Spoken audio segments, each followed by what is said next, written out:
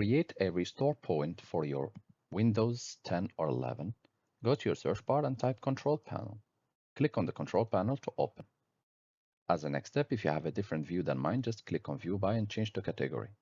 Click on System and Security. At this stage, under System, you want to click on Allow Remote Access.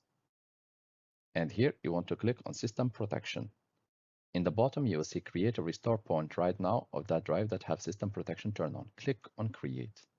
Name your restore point. Click Create. It will take a few seconds to up to 2 or 3 minutes to create a restore point. Once done, a confirmation message should appear for us. The entire operation should not take more than 3 to 4 minutes in the longest case. Here it says, System Protection, the restore point was created successfully.